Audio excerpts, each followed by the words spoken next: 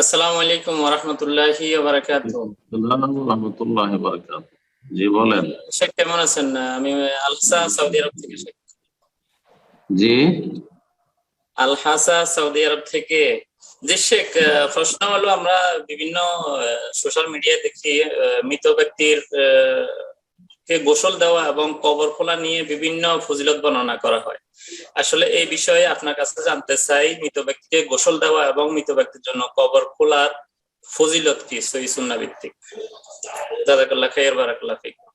মৃত ব্যক্তির কাফন দাফন করা সম্পর্কে বিশেষভাবে হাদিসে ফজিলত আমার জানা নেই, তবে আম দলিল কিছু আছে।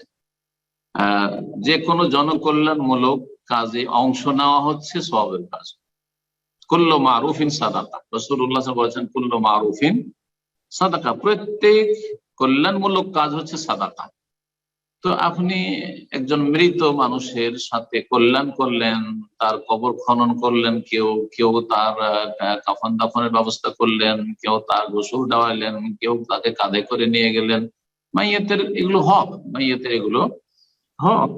সুতরাং সেই হক আদায়ে অংশ নিলেন, সেটা কখনো ফারজে কেফায়া, কখনো ফারজে আইন হইতে পারে, কিন্তু ফারজে কেফায়া।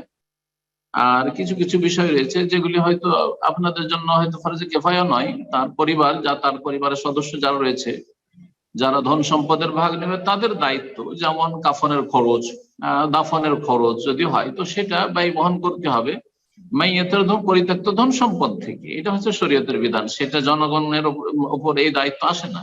তবে জনগণের দায়িত্ব হচ্ছে জানাজায় হাজির হওয়া, মাইয়াতের জন্য দোয়া করা, এবং সুযোগ হলে, সম্ভব হলে কাঁধে করে নিয়ে যাওয়ার চেষ্টা করা, কাঁধে নেওয়া, ইত্যাদি ইত্যাদি।